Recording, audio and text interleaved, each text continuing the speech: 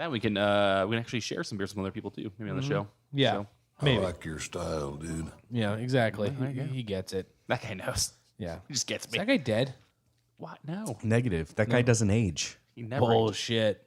He looks exactly that. Go. Someone just did an article about how Sam Elliott doesn't age. Go look at it. Yeah, well, $5 says this podcast just jinxed him. This is the one that did it.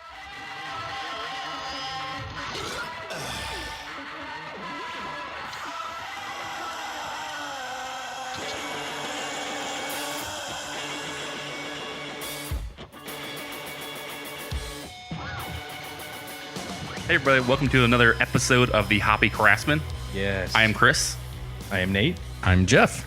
And today we are actually, it's just the three of us. There's actually not a fourth person, everybody actually to introduce, so it's just the three of us, which is, it's been a grip since this has happened. Tired of so many extra people. Yeah, right. We are in Nate's newly formed brew cave, cave. It's a brewery / garage / there's hopefully going to be a lot of podcasts done in here. Excellent. Yeah, it's going to be fun. So you purchased, with help from your father, a lot of brewing equipment. We did. We went in on the 20-gallon from SS Brewtech. Came with the whole setup. You can Google it on ssbrewtech.com. But it's been a lot of fun to use. It's all really sweet equipment, and it's pretty much everything you need to go. It's just get it and get some ingredients and make beer. And we have one batch in the Chronicle, the SS Brewtech Chronicle. It is Chronicle, not conical fermenter. Yeah. But yeah, so it's coming along. We just dry hopped 3 days ago. Cool. And what did you make? What was your initial? What was the? It was a Trillium Pale clone. Okay. That got real messed up. We missed on the strike temp, so it's all completely different almost at that point. We missed on a hop addition at the end, not paying attention, and just learning a system. So, yeah. But it's the 8 ounces of Motueka or Motueka, whatever, however you pronounce it. We just dropped on it 3 days ago. Have already made it different and good. It smells delicious. So going from a brew, like, a pot on a stove to this, pros, cons, what do you like about it? What you was kind of still a learning curve for you to get used to? I think Jeff can join in on this one. Yeah. I would say one of them is definitely a longer brew day. I mean, big time longer brew day for me, it seems like, when we did this one.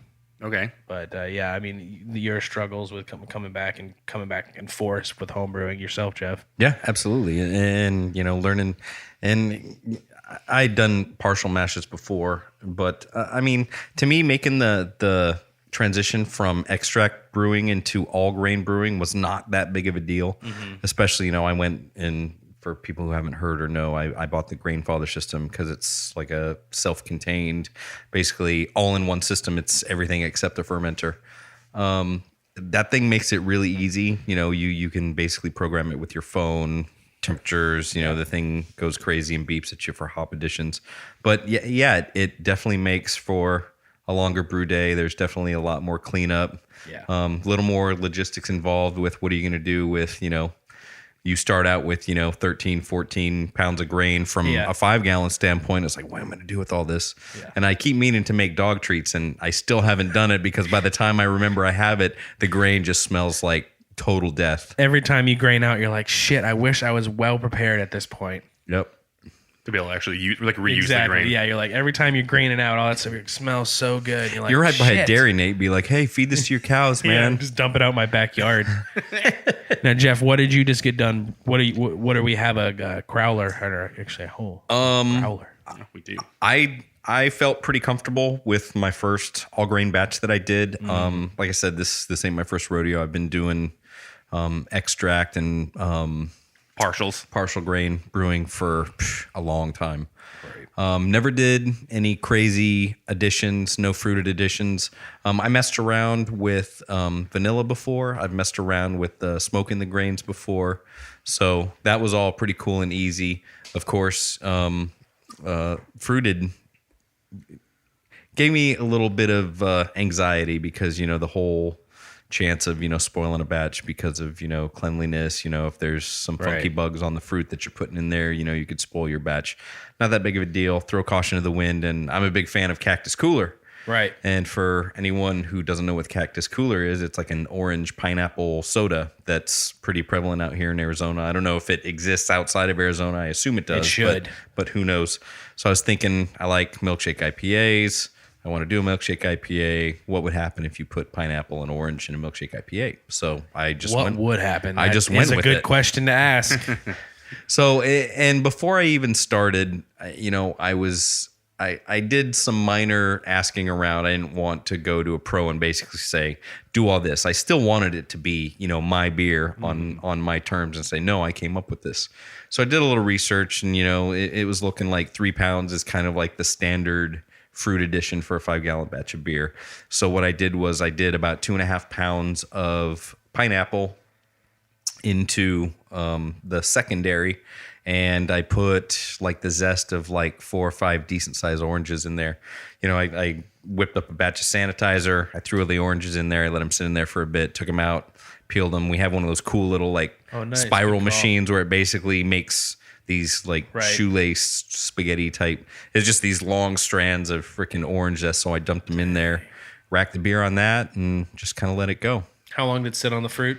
It sat on the fruit for 6 days. Okay. And I was checking it every day to kind of see what was going on. I also threw a whole vanilla bean in there, opened up a vanilla bean, scraped all the goodies inside, and dumped it in there along with the pod and let it go.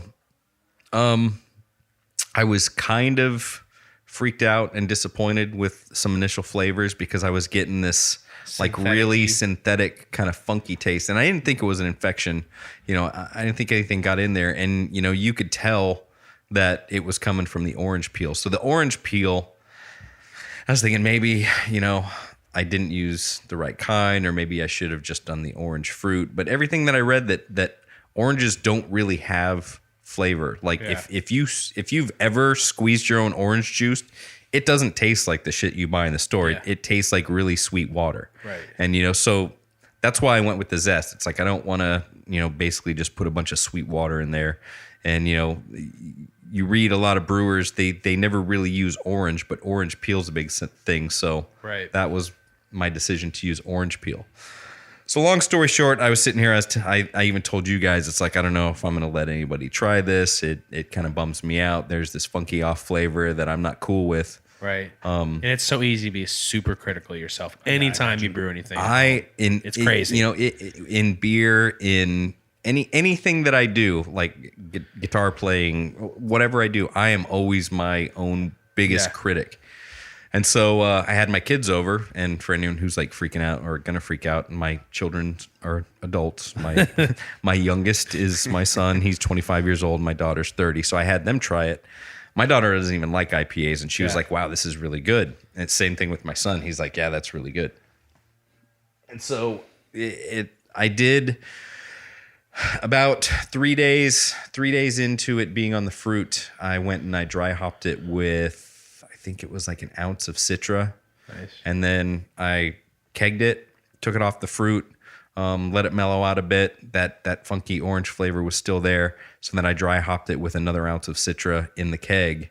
And a couple days after that, it started, that synthetic flavor was a lot lighter. Mm-hmm. And I just let it kind of condition out. And It's super good. You guys have had what I consider the final product. It's awesome. I loved it. I thought it came out really well. I enjoyed a whole 32-ounce growler of it on a train in the Grand Canyon yesterday, and it was awesome. So, I'm gonna get a homebrew. I'm gonna get a growler of it to Noel Garcia, the brewer over at 12 West, and nice. he's gonna give me some notes. But at this point, I don't know. I mean, I might try to make it again, but I was kind of telling Chris, I don't know if I'll do fruit because pineapple and orange you can really get off of yeasts and hops. Mm-hmm. So I'm thinking I'll just stick with the London 3 because the pineapple in there is barely perceptible. And I'm sure you guys can tell that. It's like, you drink it as like, am I tasting the pineapple? Am I tasting that London 3? Because London 3 smells straight up like pineapple juice when you do starters with it. And then I was thinking of, for an orange or a citrus flavor, maybe throwing some Mandarina Bavaria in there. Do that citrus, more citrus with some different real citrus fruity hop additions. Love it. Love the options. What if you Yeah, and it says the orange flavor comes from peels and stuff, and not so much from the juice itself. But if you boiled the juice, then it would actually maybe concentrate it more and give it more of a sugary, orangey taste to it because of it. The heat, pasteurizing it almost, but not almost to that point. At the very least, I was thinking now I should have at least macerated some of that freaking oranges and put it in there because it would have given me more fermentable sugars. I was just gonna say that if I ever see these guys doing if you ever see them getting ready to do a big fruit addition on these beers, they're always pureeing the shit out of that. It's like you just puree the shit out of some oranges and just funnel that in there. And it kills me because I have a juicer and I have like a badass Blendtec blender, so I could have done that. And I was, hindsight, doing it again. That's the fun part of homebrew, and you can take your notes and do it again. And if I do this I'll again, drink another gallon of it. I will probably do that. I will probably throw just like a bunch of pineapple and orange in my Blendtec and just make like this huge fruity slurry to throw in there. It makes sense. Yeah, I mean, definitely. Right. Pineapple was, like I said, non-existent. I didn't really taste a whole lot of pineapple really at all. Maybe in the note a little bit, but not really in the... I'll have to take a nice, big, deep It's taste there, but I really think it's coming from the yeast and not the actual pineapple that was in there. And we're going to drink it on the show here in a little bit. We are. Speaking of which, what are we drinking right now? Or what do you guys drink? Because I'm finished at this point. I'm still drinking on a swirl from Red House, just released here on 11/17, or at least canned on 11/17, and it's 12/7, 12/9, whatever day it is. But most importantly, I mean, don't get me wrong, everybody loves a good Red House brew, but we're drinking it out. All three of us have 3 badass matching glasses right now. What's yours say, Chris? It says MMXVI. Which I took about 10 minutes earlier and figured out means 2016. Yeah. It was a little quicker than that. I would have been like Super Bowl 24, I don't know. Yeah. But you didn't even need Google. Yeah, no, exactly. I sat there and just figured it out, except I went backwards from the 5 or the 6 backwards. Anyway, it's the Honor Society glass from Rowley Farmhouse Ales. Our friend John Rowley hooked us up with 3 of these glasses, and these are awesome. Yeah, they're really nice. Little tulips here. Super happy that that's the right word, right? Yeah. All right, good. Yeah. I don't want to sound like an asshole. John's definitely going to listen to this. I don't know. Hey, John, you're the man. As usual, you're the man. Thank you very much. Yeah, and for anyone who doesn't know John, I mean, if you haven't listened to our Tombstone and Rowley Farmhouse Ales episode, start with that. Yeah. John is a guy who he's a fan of the show, so. Yeah, he hit us up. Yeah, he reached out to us. Of course, we're gonna like him. This guy hits us up. He's like, hey, fan of the show. Yeah. I want to be on. You want to come down to Tombstone and brew and hang out with us while we. But it started with like, hey, come out to Santa Fe, and me and Chris are like, right. That's a little tough. We would love to do that. That's not in the cards. I'm working on that. Well, it's not in the cards in the this current calendar year. Yeah. And then he told us about the collab he was doing with Weedy at Tombstone. Yep. Guy came down, but set that up for us pretty much, getting down there to do that whole show. I mean, such super a good awesome guy, dude. And again, long story short, he brings a ton of beer. He's probably one of the nicest, most generous, genuinely awesome dudes I have met. I love hanging out with that guy. Without a doubt. And it's amazing. It's just craft beer does that, man. Honestly, we met many great people through just doing this show, and that's reason enough to keep doing it. Right. So I know John got us invited over to hang out with Noel and him yesterday or the day before. Excuse me, my whole days are all as a taping of this episode. Yeah, of the show. So we can get into that a little bit later. But yeah, it's thanks again, John. Thanks for the glassware. This will be highly prized. Glassware. With all my glassware. A metric fuck ton of stickers. Yeah. So five bottles of beer. Yeah, 5 bottles of beer there. We're going to try to rip through today. We're going to try to get through them. But Ed, if you want some stickers from Rowley, we actually... we can probably take care of you now. But we got some more for you. Yeah, we can try to take care of you now. John hooked us up with 3 different colorways on his sticker, by the way, and a Grateful Dead version.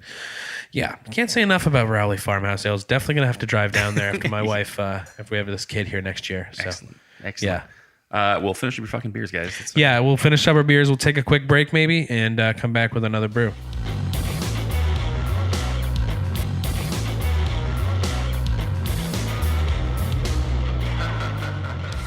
All right, guys, we're back. So hard not to fucking laugh at that. Oh, shit. So Nate about pooped his pants. We opened this Rowley beer up. Jeff, what did we open? We're drinking Côte d'Or Rowley Farmhouse Ales. I'm sorry, my French pretty much sucks. So I'm A little rusty on that, I huh? probably bullshit that. It is described as a double cerise, mixed fermentation saison that they brew with a blend of unmalted organic Sonoran white wheat and hard red winter wheat. It is fermented using our house mix culture, aged in freshly dumped Pinot Noir barriques, locally sourced from our friends at Gret Winery. After a year in these barriques, we transferred our favorite blend onto a mix of organic, tart, Montmorency, and dark sweet Bing cherries from Hotchkiss, Colorado, at a rate of 2.4 pounds per gallon. The entire batch was then bottled and kegged using orange blossom honey and allowed to naturally condition. Natural conditioning is an extra step that costs a fair amount of money in honey. I see what he did there. Whoa. And additional time, but we feel the result is well worth the additional cost and effort. We will be the judge of that, but like Oh my gosh. I'm sitting 3 feet away from my glass and I'm like salivating. I just popped to the top on this thing and I was just like, oh my gosh, is this for real? This is what we're starting with? Yes. That's where we're starting. We got a few bottles to get through, and this is the one we're starting with. It looks really, the color is pretty crazy. John, you sweet, sweet man. Bing cherries sound awesome to me. It's like honey sounds it's great. a deep, you can't even see through. It's a deep red brown. Yeah, it's like a reddish brown for sure. It's really... Everybody try it. Somebody try it before me and then let me know and I'll try it. It smells funky and fruity. Holy cow. That does smell awesomely sour. I'm super It tastes excited. great. Oh dear Lord. Maybe we should wait. We're sitting here and we have these 5 bottles and we're trying to figure out what order we should go in or what we should try first. And it's like this wouldn't have been first if I knew it was it. Because I would have waited. I was like, ooh, no, we'll save that one. Ooh, yeah, we'll save that one. right. Okay. We should have John here to like curate the whole thing. Next time. He's gonna listen and he'll Yep. be like just like rolling over. Yeah. He's like, oh, these fucking Yeah, idiots. they really fucked that up. Yeah, no doubt about it. Jeff, what kind of barrels was this in again? It was in some wine barrels from the Gret Winery. It's freshly dumped Pinot Noir barriques. Oh my gosh. My wife would friggin' love this. She's going to be pissed at me. Yeah. 'Cause this is my so wife damn is good. too. This is crazy. This is crazy good. Like Yeah. because it's like it has like almost the. It makes my mouth water a little bit, but it's not that sour like where it hurts my cheeks when I drink it. Right. It's still it's a very good sour, but it's really the sweetness helps balance it a little bit too. That's the thing, and I'm not doing this. I'm not going to sit here and I love the freaking carb on it, man. you know, I love the. Sorry. Jeff. If beer's not good, I'm gonna say it. I'm not gonna blow sunshine up anybody's ass, no matter how much I like the brewer. And so, with that being said, I didn't go into the Rowley stuff with low expectations, but I sure as hell didn't expect what we got at Tombstone. And every single beer we had from Rowley at Tombstone was fucking phenomenal. And this is no exception. Oh, yeah. So I'm pretty excited for the rest of these. The cherries on this are just absolutely incredible. Yeah, sorry, I just can't stop drinking mine. This is fucking good. I love the mouthfeel on it. Honestly, the thing I love about it is like, I just love sours and I've been getting into them so much. And of course, John Rowley finds our podcast and is like, hey, let me send you some amazing barrel aged stuff. And it's really good, man. It's like jam. It's funny. It really reminds me. It's like I was sour thinking the jam. same thing. It's like I'm drinking. Yeah. It's like I poured a beer into a unclean strawberry jam jar. Yeah. And I'm drinking it. Yeah, I'm just drinking jam, man. If you guys had maybe the Cascade, like the Bourbonic Plague, or even like the Manhattan, I think from them as well, right. Northwest Manhattan, whatever it's called. This is really reminiscent of that to me. Like it's in that kind of like same category of like the sour. Really, there's a lot more to it than just being super sour or whatever. It's super complex. It's really great. How clean is that on the end, by the way? The taste. That bourbon's really good too. Oh yeah, you gotta love a good bourbon, dude. You should be you're preaching to the guy. But yeah, man, this is Yeah, it's too good. It's gonna be hard for us to even talk in this couple of minutes, but we'll do it. I don't ever want this beer to end. yeah, no kidding. We need like 10 more bottles for. What's that from that beer movie, Beer Fest? I want to freeze it so I can skate on it in the summer. It'll melt and drink it. That. Oh, that's awesome. So this episode is going to be coming out later December of this year, 2017. We'll be enjoying some Christmas times with our families, I imagine, by the time this show comes out. So, in the meantime, right now, what we have going on is we actually have a contest with the shop. Right. Yes, and we need to talk all about that, Jeff. Let's get you involved. What's going on? We're in round 2 right now, right? We are in round 2 until the 16th. Round 1 is done in the triple one. Right. So let's kind of jump back a little bit. Let's explain how this happened, and let's explain how we got to the point of what we're doing. I get real excited about triple IPAs. It's okay, and that was it's my bad. So I was actually at the Helton release of this side up. It was like the Helton Dark Sky and the shop as well, right? All 3 of those guys made that beer, and so they're talking to our buddy Ed there, and Dave from the shop comes over and is like, "Hey, I have an idea for you guys. I actually wanted to brew a beer with you. Would you guys be okay with that or down with that?" And I'd be like, "We talked to everybody, but I would imagine that yes, we'll make that happen." Sure. Yeah. And so we got in touch with him and figured out, and we actually met and kind of talked about what they wanted to do from it and what we wanted to get out of it, and then how we could actually include kind of the general public in it too, right? Kind of social, which is the really neat angle to it, right? And it turned into, from just being like, let's brew a beer together, to, hey, let's brew a beer together, and then let's crowdsource that a little bit, right? Yep. Let's get the idea from our listeners and your guys' fans and the beer community in general in Arizona. People love the shop. Yeah. Oh yeah. I mean, it's exciting. What were the 4 styles we had up in round 1? So what I was gonna say is, what we did, Nate trying to fucking hijack shit. So what the idea was that we're gonna put it on social media, and we're gonna let the crowdsource the ideas, right? We're gonna basically have people vote on 4 different styles, and then once we pick the style, then we're actually gonna have them just throw ideas for what the nuances in that beer would be, right? And then once people actually participate in that contest, they actually get to come brew with us. We're going to pick 3 of them. So the styles were, Jeff? First was a kettle sour. Second was a holiday IPA. Third was a triple juicy IPA. And fourth was a black goza. Now, before we even talk about what won, I would be really concerned with what number 2 was going to turn into. Now, and if I remember for a while, there was winning in the. It was neck and neck. When I tallied all the votes, the triple juicy was at 39% of the votes, and the holiday IPA was at 33% of the votes. I was like, what's going to happen? So close. What's the addition going to be on the holiday? Right, man. And it could be amazing. I mean, obviously it was going to be amazing. Whatever we came up with was going to be amazing. But it's cool because now that don't get me wrong, the triple juicy IPA has won, yes, the people who wanted the holiday IPA are picking nuances that would make the triple juicy a triple juicy holiday IPA. Ooh, smart. I like it. Gonna win either way, I think. Right? Yep. That's how it works. Perfect. So it's really cool. And so right now so the idea is that the first round we gave people 4 choices, right? We kind of narrowed it down to, these are the 4 beers we kind of want to make. Let's them pick the final say on it. The next round 2, everybody's just kind of throwing out ideas, right? And if you throw an idea out, technically that's your vote, right? You don't have to throw out 15 ideas. You don't get 15 votes. You get 1 vote still.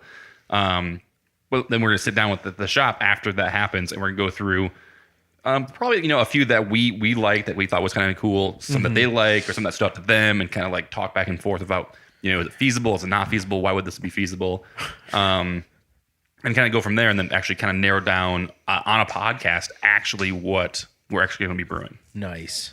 So, and then from there, then we're going to figure a name and artwork, and I talked to actually David the other night when I saw him, and we're going to collab on some artwork probably as well. For the cans. So sweet. We're actually, we talked about that too, between doing a 13-ounce can versus 16-ounce cans. We more lean towards 16-ounce cans than 32s. Nice. For this release, maybe in the future we'll do some 32s with them. So that's pretty exciting, man. I'm not going to lie. Pretty amped about that. Yeah. That should be a lot of fun. They are. Everybody at the shop is a class act, and they are really fun to work with on this. They're just, the enthusiasm those guys show is awesome at all times. I think that's the coolest part of this collab. I mean, we know those guys, but for anyone who doesn't know, anyone who hasn't read any of the articles that have been about them, anyone who hasn't talked or seen them around the brewery, been to their spot, just being there, you can tell. This whole thing is centered around, let's have a lot of fun with this. It's not. we're going to bust our ass. We're going to put these people to work and make them wish they'd never been born. Yeah. We're going to get some people in here. We're all going to get together and we're going to have an absolute blast making a triple packaging and releasing this beer. Yes. I can't wait for the whole experience. I'm going to show up. I want to get there first thing. I want to do the whole thing, man. Right. So they're canning it, and they're actually going to be releasing it on draft hopefully for the release of Arizona Craft Beer Week. So hopefully we'll put that on social media when it happens and when it's going to happen for that week. Boys. So that should be really cool. Yeah. We're getting big. It's getting big. Getting too big for our pants. It's getting big. So yeah, I mean, all in all, I think Jeff, that it's remarkable to hang out and talk to these guys and see how much, we're like, we're thinking, oh well, it would be kind of cool to this, but it might cost more, and they're like, we don't care. Let's not worry about cost. Let's worry about fun. What's gonna be the funnest thing for us to do? Those guys are incredible business owners. They're doing awesome stuff, and all the three of them, they're doing cool shit. So they know what they're doing, and I'm so excited to be partnered with them. So our own cans, I'm only gonna buy about 100 of those. Yeah, you're right. Many as I can. What's our case limit? Yeah, you're subject to the limit, Nate. Yeah. Oh gosh, damn it. Amazing. No, but it'll be awesome. I think. I mean, like I said, having a 4-pack in a 16-ounce format, it's going to be really. I think it's going to be really nice. I think it's going to be cool. So it's dream come true. So it's gonna be awesome. Yep, it's gonna be neat. And so, what are some of the nuances being tossed around in round 2 here? Ooh, there's a lot of them. There was one that said no dill, which I thought that was kind of funny. We didn't ask him. Yeah, we didn't say. Don't know what that means. It's like no dill pickles. It is, man. You got it. Well, I was excited because right out of the gate it started with smoked pears, and I was like, yes, okay, yes, please. Let me run through some of these. Some of them are really Smoke good. Those pears and then just puree the shit out of them. Some of them are really good. Some of them, I don't think people understood the assignment. We're trying to go nuts with this, and there's a lot of. I mean, not that there's anything wrong with it, but there's a lot of. We'll do one with like Centennial or do one with like Mosaic, and it's like and that's not that that's wrong, but that's not what we're looking for here, right? And everything's got a chance, but with what our original thoughts for this beer is it's not going. We don't just want to do another juicy IPA. I mean, I want to go nuts. The guys at the shop won't let this be standard. Right. So, not gonna happen. So some of them, someone's paying too much attention to the boba trends, and guy says, cheese, is that possible? Like beer and cheese soup? No. Beer cheese soup. Even if it was possible, we're not doing that one. Yeah. No. Ed's got a tree full of grapefruit. Cascade. Barely legible. Barley legible. Cascade Barley hops, legible. grapefruit, a spicy IPA like triple spicy mango, habanero mango, taro root powder and black tea. Think boba tea. Christmas beer. Here's the one. A couple oranges, some mulling spices, actual cactus, a 0 IBU. Which, get the hell out of here. That's just crazy. There's like vanilla beans, peaches, Mosaic double dry hopped, no dill, juniper branches, pre-mash, New Zealand hops, mango, pineapple puree, toasted coconut flakes, lactose, pina colada IPA. What was some other good ones? Jeff, 0 IBUs. That's funny. Yeah. Mosaic Nelson lupulin powder, kiwi puree. I saw the kiwi. I think kiwi powder a couple times in there. That's pretty interesting. Chocolate chip cookies. Someone wants us to do a monkish beer. That's what that space cookie is, dude. Oh, is it? Yes. All right. What's this? Chewy? I don't keep track of monkish beers anymore because A, it's sad, and B, it's too much. OJ blueberry buttermilk pancakes. Yeah, that's the kind of stuff we're looking for. Yeah, exactly. That's the kind of stuff we're looking for. That would be. I would like that in a porter or a stout. That'd be weird in an IPA to me at least. But I'm willing to work with it. I'm willing to find out. Would it? I mean, I don't know. Then are we gonna make 500 gallons of it? Yeah, apparently. So hopefully, here's the deal: is we're giving you guys one of the things that happen. By the time this episode comes out, those probably will already be chosen. The contest's going to be over by this point. Yeah, they'll be on. But there's some really good ones in there. If you're listening to the show, you probably follow us on Instagram, so you already know about the contest. Right. So we'll be reposting it constantly between here and then. Here's another one I like. Check this out. Arizona medjool dates, vanilla beans, and dry roasted peanuts. I like that. I love crazy shit like that. So, no, what I'm saying is that we already announced what the winner was. So we're just kind of basically going back through and telling people what was also listed. Yeah. So kind of cool. But yeah, I like to snooze, you lose. I think I like that I talked to David, like I said, about the art stuff too, and he was also super excited that about the amount of people that were actually excited about this and actually participating in the whole online stuff. So the amount of people that do it was just really cool. The turnout was really great. So it's gonna be awesome. Anybody that is listening to this and actually voted in the contest, thank you. Yep. Thank you so much for making it a success. I mean, at this point, we already feel a success. We haven't even brewed the beer yet, so that's a win-win for everybody. Absolutely. That being said, when I talked to David, they were actually doing a collab with Pizza Port. What? Yeah, so they actually had two guys from Pizza Port. It was Nacho, and the other guy's name was Blake. I'm really bad with names, but hopefully that guy's name was actually Nacho. Well, he was Nacho. That one's pretty easy. All right, good. His name was just like Steve and Matt. It was Steven. Yeah, Nacho and they're both just named Chris, and I really couldn't fucking. I was like, wait a minute. But no, so they're brewing with them, and then they're basically just kind of hanging around. And I looked back, I was like, if you've ever been to the shop, they actually have. No, you just hanging out there when this happened. No, so we were doing a happy hour for work, and so okay. I kind of like everyone to do a happy hour from our group, and then I was like, well, I know a really good beer place close. You're lucky I was on the way to the Grand Canyon. I know, that's why I didn't invite you. Yeah. Of course I would have. Didn't even say it. But so I was like, hey, they're right there. Which, by the way, they have an amazing Groupon too. If nobody knows about this, their Groupons, I don't think they even tell anybody about it, but it's fucking phenomenal. At this point, I think for two people, it's $29, but it's 2 crawlers, 2 flights of beers, and 2 pints, which is insane. That's such a good deal. So go check them out. Check that Groupon out. Go in there and have a good time. But so I saw them in the back, kind of like.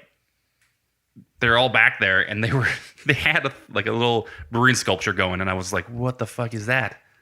And so then I saw David walk by, and I grabbed him real quick and was like, "What are you guys doing back there on that brewing sculpture?" He's like, "Come check it out, man." I was like, "All right, cool, no problem." So I went back there and met the guys from Pizza Port, and evidently what happened was since the fires are happening in California right now, they weren't unable to get their yeast, so they actually couldn't brew that day at all. So they're like, "We got these brewers. We're supposed to do a collab, and we just can't do it." So we decide, fuck it, let's just brew something different on this smaller friggin' like 10 gallon system. Pretty funny. They actually had blister packs. If I can smack packs. Smack packs. They actually had like 4 or 5 of them taped to the side of the boil kettle or the mash tun, just trying to heat them up some, so that way they actually swell up in the time to actually like pitch it and stuff. That's awesome. But yeah, hanging around. Just brewing some beers, having a good time, laughing, and we were talking about the contest and stuff. So that was pretty cool.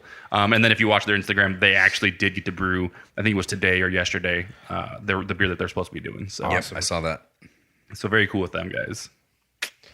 Yeah, the shop Class X. Yeah, very very cool. Very cool guys. And then they actually did let me bring back some of my coworkers and kind of give them a little bit of a tour and show them some stuff. You so got to look pretty cool, huh? I was like.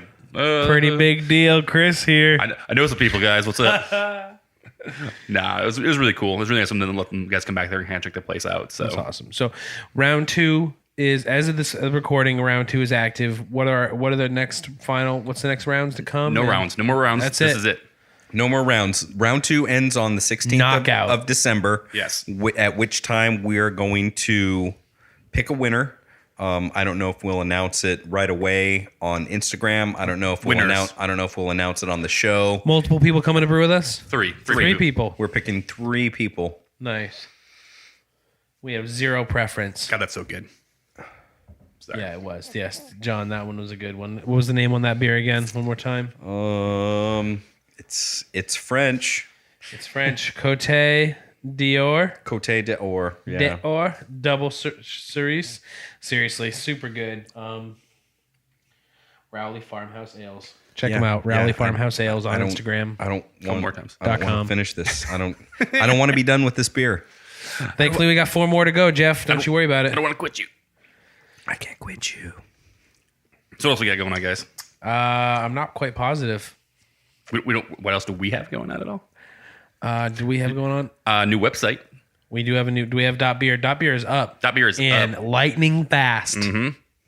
Check that out. We're going to be hoping to get some homebrew sections set up because me and Jeff are obviously going nuts with what we got going on, trying to brew as much as we can, and we want to let people in on that stuff. So we're going to try and get photos up, at least I can, of what I got going on, and just a little synopsis of what you're doing. What's going on? What's in the fermenter? What's in the tank? What's in the keg? Yeah. That'd be kind of fun to keep on the website. So we're looking to get that included. I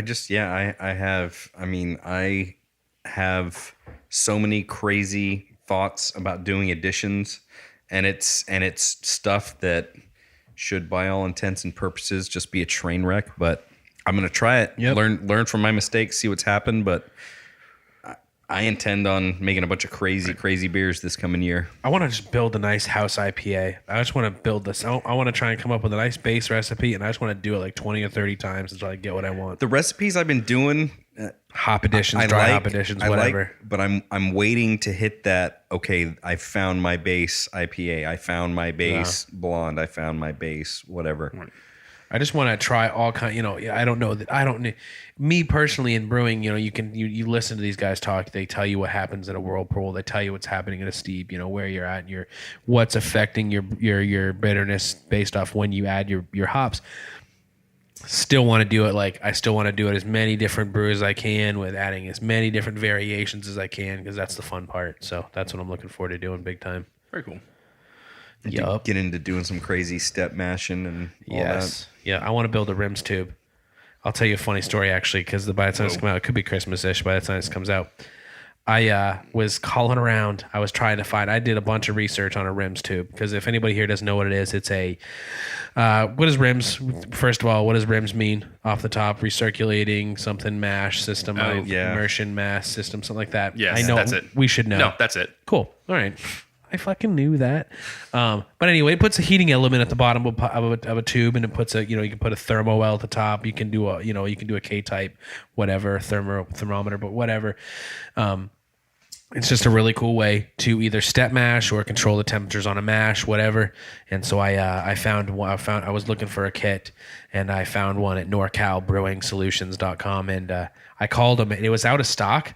I was just calling them because they were the only ones who included this battery. The NPT adapter to put the heating element into it, so you could wire it up. It was an adapter. It was cool. It was chrome, but they were the only one to include it. But it was all TC valve clamps, like the tubing, all of that.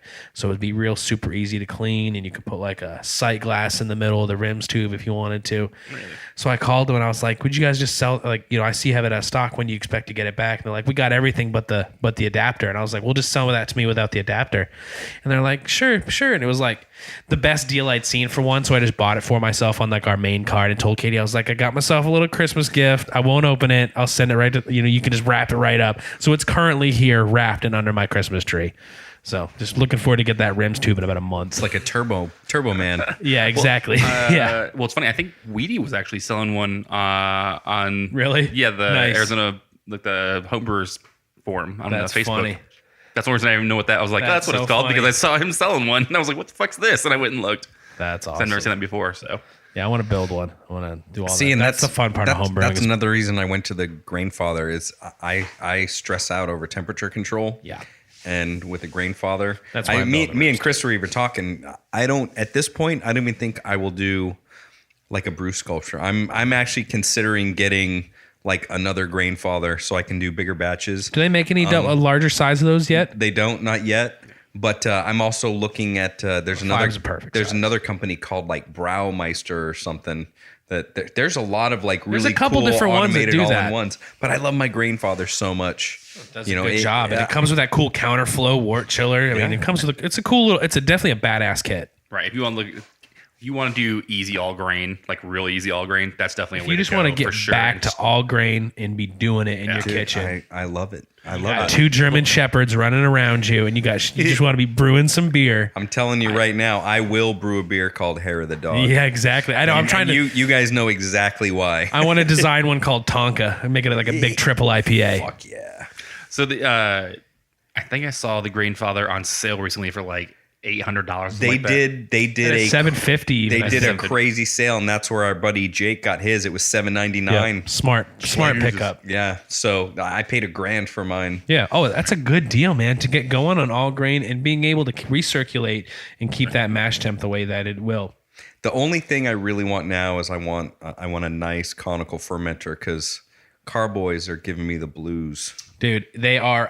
I mean, I have one now. Cleaning them sucks. I bet. I mean, PBC does really good, so you don't really have to get in there. Right. But if you get into a situation where there's like shit stuff, I've had stuff where it was like stuck on a rim where brush won't reach. Yeah. And it just fucking sucks. I hate yeah. cleaning those things, man.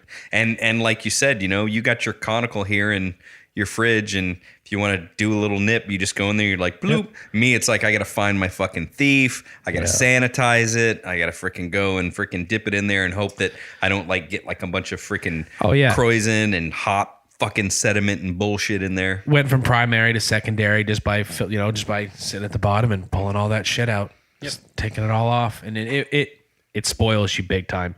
But yeah, it's incredible little piece to have. SS Brewtech or Spike make really cool ones now. I'm sure the ones do, but they're the big guys. Yeah, for sure. Yep. You can spend so much time. For fucking sure. And I do want to do a brew sculpture. I do. I just want to get it. I want to put it on casters. I want to do it all the tank. I want to do both ton, hot liquor tank, brew kettle right there on it. But see, I want to do a brew sculpture, but I want it with, where you get the big control box and you set the temperature. Yeah. I don't want to fuck around with thermometers and turning the gas on and off and all that.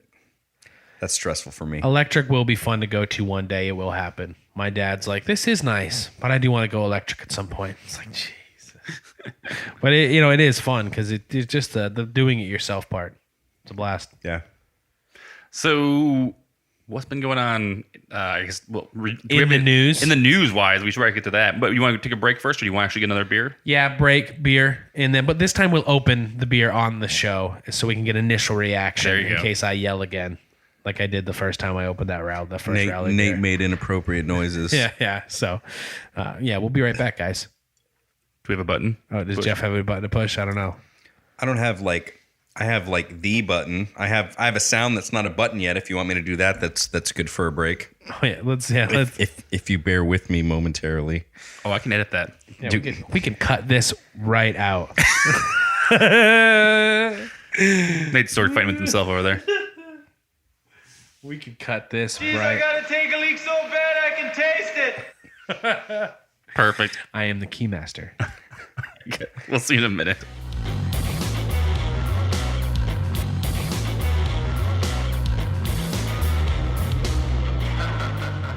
Are you recording? What happens in Recording? Casa? What happens in Casa Libby stays in Casa. So when is Libby. Ed's surprise party? Shut the fuck up. No, so because it'll happen by the time this records, right? By the time this goes. Yeah. So when was Ed's? It's this coming Tuesday. It's Tuesday. Yeah, we're gonna show up, be like, "What up, Ed? You big barley legible bastard." Ed's a sweet guy. I like Ed. Yep. Ed's super nice. You can always guarantee see him at I bet he went to Wilderness this morning. What? Are you okay with this? Did you rinse it out? I think he ran water through it. I don't care. Had some squeezins in Just it. asking. Yeah. Just asking. I I'm don't just, care. I'm just trying to confirm for you, little bitch. Hey, first of all, I'm not talking to you, bitch. Oh, fuck you. This is a good look. This is looking good. This is looking tasty. Looking good in my Bergen pint glass, Jeff. Now, this is the Cactus Cooler Milkshake IPA. Official. Are we back yet? Correct. No, we're back. Yeah. Okay. So we're now. back. Have you guys liked the unscripted? We're back after in the middle Yeah, of the that's back. not bad. We just talk a lot of times. Get down to 12 West for Ed's surprise party this coming Tuesday. Well, You won't be able to. No, it's because gonna it will have already happened. You jerk. You missed it. if you can get back, you invented a time machine. Yeah. Come find us. Let's make $1 million together. If you were there, obviously you're a good friend of Ed's, and congratulations. And you're a listener of the show, which makes you even better. I don't know how they would. I mean, I guess if you listen to the show, and then they would be at his birthday party. No. But if they was- already knew him. It was good seeing you all there. Yeah, exactly. If they already knew him and they went, and they listened to the show, God, win-win. Cena appreciates you Yep. all. And we do too. If you weren't there, you were listening to the show. Fuck you, because That's what I'm saying. There you go. You piece of shit. No, I'm sure. I found out my stepdad listens to this show, and that makes me feel like a real bad person. He knows he hears me swearing on here. Everybody knows that you swear the most in this fucking show, Yeah, Nate. but his opinion matters to me. It's one of the few people's opinions that matter to me. So speaking of Cena, she My told me stepdads. she told me that she had to go in on a Saturday one time and she was listening to one of our podcasts. Yeah, and got a little too sweary. Well, it was really high, and she was like, she was really high. No, it was the podcast was really loud, and she was there on the weekend, so she didn't think anybody was gonna hear it. And then her take it easy. Her boss came in and he just kind of gave her a look, and then just kept walking. No. So she said she normally can't listen to our podcast at work anymore. I know. Sometimes I think about going safe for work. I do. Yeah, for like a second, and then you say, "Fuck it." No, I can do it. I see what you did there. I don't know. The F word just really works really well into a statement. It really does. You It's know, like a comma. you can just really put a nice emphasis on I something. enjoy it. I really do enjoy it. Yeah, It says NSFW. it does. It does. Full disclosure. Yeah. Yep. So, all right. We're not Anyways. liars. Yeah, it's true. We were going to talk about news. Yeah. Well, let's talk about this beer then. I Real really quick. don't have news, but let's talk about this beer. Jeff, we're drinking. We already know it. We already went over it. Yeah. It's the Milkshake IPA Cactus Cooler. Said that in the wrong order. I guess we did talk about it earlier in the show. Yeah, we talked about it for a while. If you get to this point, all right, you knew what kind of beer we're everybody's drinking. sick of it at this point. This one was supposed to weigh in at about 7. Where'd Me it weigh? me and Chris. Well, I can't. Let's tear it up. Let's tear it up on a tasting, Chris. Chris and Come on. I. Chris and I can't This really. guy already. I can't really dog Chris for blowing the sparge because that was all, or blowing the freaking mash out because that was on me. I blew that sparge. We're I blew it. We're sitting here doing the sparge and it starts beeping. I was like, "Why is it Don't drink it beeping?" yet. We're gonna do a tasting on this. We're supposed to tear it up. I've been Don't drinking. spit it out. Well, you drinking a lot. We're gonna taste it for you. Sniffing, Chris. Go ahead and give some notes. Give some notes. That is a very pineapple-y nose. Where was the SRM? I agree. Actually, where was the SRM on this? I don't know. I never do SRM. It's ever. it's hazy. It's a nice hazy. It is very it's a hazy nice color. It's golden light. It's not like your Western IPA. It's much more yellow towards a New England IPA style. Grain bill And on it this is one. hazy. Grain bill on this one was like 7. I want to say 7.5 pounds of 2-row, 2 pounds of malted oats. It had a half pound of lactose. And What when else? we get this shit on, and when we get the site, when this segment built for the site, we'll be able to post this whole recipe if Jeff wants to post And then it. I had 2 pounds of Sonoran white wheat in there. White wheat. It's really good. It is. It's. No, I just. I said the pineapple definitely comes in the aroma. I don't get pineapple in the taste of it at all. It's super easily drinking. Like it's one of the things where I know it's like 6%. You said it's or bitter, so. and I love it. It's bitter, and I like it. I'd be real interested to get an IBUs on this. The IBUs were pretty low. I think by the recipe, it was at like, I want to say like 80, 85-ish. Pretty high. That's a pretty good. That's a You're like, well, that's pretty good. But I mean, for guys like us, I think my last one, But my it last tastes one like was, 80. I mean, 80's stiff. My last one was well over 100. We That's still a need. stiff punch on 80 right there. I still want to do that blind taste test with you, Nate, where we do the We're gonna figure it out. the blind I know. IBU taste I test. wanted to do that. But this show. literally had like a single ounce of Citra for 60 minutes. What? Yeah, I was gonna say it only had a single ounce at the start. And then I did another ounce of Citra. 'Cause for anybody listening and getting 2 into ounces of homebrew. Mosaic. No, I did 4 ounces of Homebrew. Citra and 2 ounces of Mosaic in the last minute. I did a hop stand. Because your first initial hit of hops is where you're gonna get really all your bittering, right? Yep. Yeah. And the rest was aroma. And I mean, you can tell. The funny thing about this beer is I know for a fact it got bitterness from that orange peel. I'm I bet. positive. Then that's what I think it's from. I think I'm picking that up. right. Maybe it's more of that flavors the pith bitterness or whatever it is. Right. So. But have you guys burped this? If you burp this, it's like burping OJ. Oh, it burps really good. I was just gonna say that. I just burped right now and I was like, that's really good. It's like burping OJ. Yeah. It's really good. No, it is. I enjoy it a lot, and I like breaking down the taste in my mouth, and it's good. I started really super disappointed with this beer, and now I really, really like it. Yeah, I feel the same way about what's in the fermenter. It started off, I was like, it smells like shitty bananas. Now it's What Jeff's wearing his beer. What happens when you spit a bunch of beer into a fucking live mic? Yeah, you're welcome. It does. It smelled like fuck. It reeked of fucking bananas, and I was like, "What the shit?" And and me and my dad brewed it together. He's like, you don't like that?" And I was like, "He can't smell it." Did you guys use a Belgian yeast? That's what I kept asking him. I was like, "What kind of yeast did you pick up?" But I saw it. It was the Imperial Oregon. I fucking forget what kind of yeast it was, but it wasn't anything bad. Did you guys do a starter? Did you just pitch like 2-3 cans into a 20-gallon batch? 2 cans of that Imperial Oregon. 2 cans, Sam? Imperial Organic. Very nice. From Oregon. Very cool. Do you like that stuff? Yeah, and so far so good. I mean, it went hard for a couple of days. That's what she said. Yeah, it's smelling much better. That dry hop of Motueka Moshweka. As John pointed out to me. Really, the 8 ounce. I mean, it was almost an ounce of Motueka Moshweka per gallon. Nice. So you can taste it. Yeah, I'm excited. And the color is beautiful. It's a much lighter SRM than Jeff's. It's just because it's a pale. I mean, it is. Right. And we fucked it all up. We missed a strike. I think we striked at 138. And we were trying to get it 152. This definitely is so. Like your beer, when we tried it just a little bit ago, still. Yeah. We poured a little bit out there and just a little taster. It was definitely bitter, but it was a different bitter than this and this. Yeah, right? for sure. Like this definitely has that orangey kind of bitterness to it, which is like it's so can't really say what's that fast action orange. Like if you smell it, if it smelled with it, tasted kind of. I don't know. I don't want to say like a bad thing. Okay, you got me. I didn't really zest oranges. I poured fucking cleanser in here. He poured vitamin C packets in. It really is synthetic orange. It's synthetic orange. Jesus, no, but it's kind of that stuff's even like I think it's just orange oils, right? That's pretty much just more concentrated orange. It's kind of like how that is, but not necessarily like in a bad way. I don't know. I don't mean to say it in a bad way. I like this beer, so. But it just has that. Oh yeah, you guys picking up any of the vanilla bean? No, not a bit. And pineapple. I get vanilla bean on the finish, but not every single sip. It's weird. Just stir it a little bit. We're all looking at Nate. Nate, you getting any? Getting a lot of orange.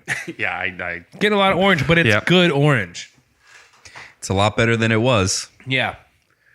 Because I know the kind of orangey kind of synthetic flavor you're talking about. It's good. I like it. Grapefruity. A little bit grapefruity in there. Yep. We backed off. We were talking about initially at one point, at least I was. In my head, we had 5 Rowley 750 milliliters here, and I was like, we're going to hammer them. But I think we're going to back off a little bit, especially since we had a growler of this. We got it's funny. Like, so Jeff brought that, and we kind of like, we got blinded by the Rowley bombers a little bit. And we're like, let's do these. And we're like, oh yeah, we actually forgot that we actually had a whole goddamn growler to drink of that too. And that's not gonna last. So we're gonna save those other ones for a little bit later. 40 minutes into a show, and we had one bottle down. Yeah. So we're gonna enjoy those, John. And we'll continue the tasting. That's not. There's no beer that guy makes that I want to chug. But seriously, I don't want to waste I don't want to waste 5 bottles of that. You know what I mean? Right. If they were small bottles or cans, sure, we'd hammer it. We'd go right through them. Then we can actually share some beers with other people too, maybe on the show. Yeah, so. maybe. I like your style, dude. Yeah, exactly. He gets it. That guy knows. Yeah, he just gets me. Is that guy dead? What? No. Negative. That guy doesn't age. He never. Bullshit. He looks exactly that. Go. Someone just did an article about how Sam Elliott doesn't age. Go look at it. Yeah, well, $5 says this podcast just jinxed him. This is the one that did it. We're sorry, Sam Elliott. If you're listening to this and Sam Elliott dies before Christmas, we did it. No, we didn't. Sam Elliott, we'll miss you. We'll take you to the Lord above. You take that back. You're never gonna. You gotta cut that out. People are gonna be like, could you just interview people again? Stop. Just not you guys. Hey, if you don't like us at this point, it just is what it is. What if they like 2 of the 3 of us? Yeah, that's fair. They're as like, long as I'm one of them. I like. All right, I'm gonna change my lineup now. It's gonna just be like, I like Nate and Jeff. That Chris guy is a fucking dick. That's fine, but we need you for the backbone. They don't get it. Damn it. If they don't like you, they don't get it. If it was for any one of us, especially me. Interchangeable. Anybody? I'm real insecure. Don't even. Because you don't have shoes on. I don't even want to go there. All right, so what? I don't have shoes on. Push that one button about the. All right, we have beer to drink. There you Yeah, go. well, we'll get a better recording of that because that one's way low decibel. What's your hobbit feet touching mine? All right, so news. Let's do the news. We need a news one, by the way. Dun, dun, dun, dun. Ooh, that might have been the Price is Right one. We have a price right segment. Or it sounds like Morse code. Newsflash. I got a little piece. I just think it's interesting. 6 point. Whoa! Don't say that in the air. People don't need to know that. What's that? They don't need to know anything about your piece. I got a little piece. I got a tiny little piece here. It's I just think it's interesting. 6 point went ahead and picked up head brewer from Trillium. And that'll be interesting to see what they come out with after that. Eric Backley. He will be Chief Product Officer. He served as head brewer at the popular New England IPA maker Trillium Brewing Company for 2 years and will lead the division. That'll be exciting. It's interesting. I think 6 point's really cool because they have cool cans. And they already have neat distribution. So a guy like that's going to be involved in making the beer and seeing what's coming out of there. That'll be kind of cool. I like that resin. That resin was good. Found that article on Brewbound. So thanks, Brewbound. Very nice. .com. I had some clickbait the other day. It was craft beer is dead. Your favorite style killed it. Ooh, yeah. I read that article. Who wrote that article? Lies. Right. Who wrote that article? So we can tag them in this. It was Westward. Westward, yeah, but who wrote it? Jonathan Shikes. All right. Hopefully we pronounced his name right. I can't remember if I liked that article or not. I can't remember if I agreed or not. Go ahead and give us the gist on that one. He wrote it earlier this month of the 6th of December. It's basically just kind of this as a piece talking about how people are kind of bemoaning and pointing out that your craft beer is dying now, guys, because your so-called pastry stouts and your juicy IPAs are pretty much, at this point, this killed what the craft spirit was like. So, craft beer is pretty much dead. And he pointed out 2 different articles that kind of pointing this out. And you read the other articles and you're like, man, this really feels like somebody got paid to write these articles. Hazy Days and Brighter Futures are New England IPAs more than just a passing phase. And then it's funny. Like I said, it's kind of clickbait because the title, you're like, fuck you, it's not dead, man. And you start reading it and you're like, oh, he's what's what he's saying. It's not dead, really. Yeah, absolutely. So it's just one of those, it went from, he basically talks about how, when craft beer first started, it was like this kind of like, we're all going to use, the kind of the German purity law kind of rules. It's going to be these very pure things. And then it kind of like is grown and people are starting to try experimenting and trying different things and doing different things. And so it's not technically dead or not dying, really. It's just at this point, he thinks it's actually just, for anything, it's getting bigger and bigger. Yeah. So.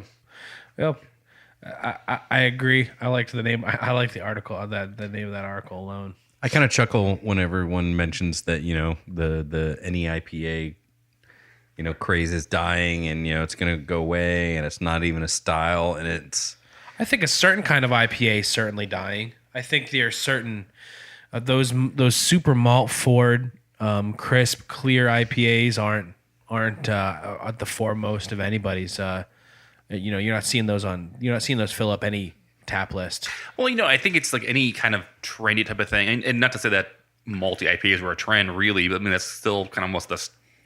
When you start go IPA, that's an IPA. Subjective, right? I mean, right. Your malt tolerance and all that shit, but for sure. But like you talk about black IPAs or Cascadian IPAs, or you talk about Belgian IPAs or style like sweet stouts or whatever you want to talk about. Each one of those is going to have kind of their time to shine, or they'll give you 5 minutes of limelight kind of thing, and then people are going to they're going to leave that, right? And they're actually going to.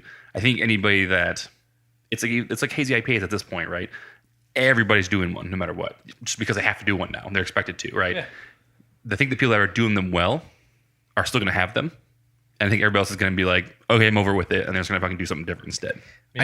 I just think the people that we've talked about and brewers have talked about on our show many times, the people who are trying to go hazy for the sake of just, they're trying to sell a normal IPA that they make, and they're adding like flour to it and bullshit to make it hazy. You know, But it's not even that. It's even crappy. It's even there's so many other things that you can do to make it a hazy IPA, right? That they're not even taking the time to research that or figure out how to do those things. They're literally just being like, this is an IPA. This is our New England IPA. It's sort of hazy, right? Or it's not. It's not even hazy. This is what our version is, right? Yeah. And you're like, come on, dude. So they're half-assing it is my point, right? Yeah. And it's like they're only half-assing it for so long, and then they're gonna move on and do their own thing again. But people that are doing them really well and making really good versions of them, they're gonna stick around and they're gonna still have those around. So I mean, barrel-aged stouts are never going to die. right. You sick people love them. The bourbon barrel-aged stouts, they're never going to die. Nope. They're, people are going to want that beer. And, I swear it's like Jeff talked about buying like a bottle of scotch or bottle of bourbon and just sitting there and learning to just love that kind of taste. And I'm doing that because I'm hoping to get in. I'm hoping to be part of that Saguaro Society. Hopefully Santa hooked me up with that. And I just want to get into, I'm trying to just learn to love barrel-aged stouts, but that style's not going away. Yeah. It's never going to go away. So, I mean, there's a million of them. Sours. They're not going away. Rowley Farmhouse is going to keep making great sour beers. Another article I want to talk about was a guy wrote, "Stop pretending to like IPAs." Ooh. Yeah. That's the kind of controversial statement I want to hear some butthole make. Right, yeah. He's like, there's something I need to say. It's a tough thing to do and takes bravery, but this has to be weighing on my moral compass for too long. It's about the time someone comes out with it and speaks up, so here I go. IPAs are a lie. There, I said it. I love the same thing. I'd love to say the same thing about whatever kind of beer he loves instead. Right. To be honest, I've never liked IPAs. You neither? Nah, I went along with it because I thought I was supposed to like them. Me too. And like it goes through this whole thing why he doesn't like IPAs. Gosh. Please get name and publication. It is the San Francisco Examiner. Okay, here's a good... I understand. And then his name is by Broke-Ass Stewart is his name. Yeah. It's really funny. So you read through it, and he definitely does not like IPAs. And he just basically talks about like why he doesn't like them, and that it's one of those. I don't even know. It's basically he's talking about the kind of the hype train of everybody just jumping on at the reason that I like IPAs. You like IPAs? We all like IPAs, I guess. Yeah, IPAs are great, even though they don't taste good, and he doesn't like the way they taste. That's weird. And see, that's weird. That's that mentality to where it's like I don't like them. And I don't understand how anyone can like them. So everyone must be full of shit. Yeah. Right. Well, it's funny. Like he even so. This is the best part. He literally in here says, "Do you really want to drink a quintuple IPA that uses eventually 11 kinds of hops?" And I understand that he's trying to be yes, I do. Hilarious in his assessment, but it's like, well, evidently that's they don't make that, so I don't know what you're doing. But I would love to drink that. Yes. Yeah. Okay. So. And I'm sure there's people that are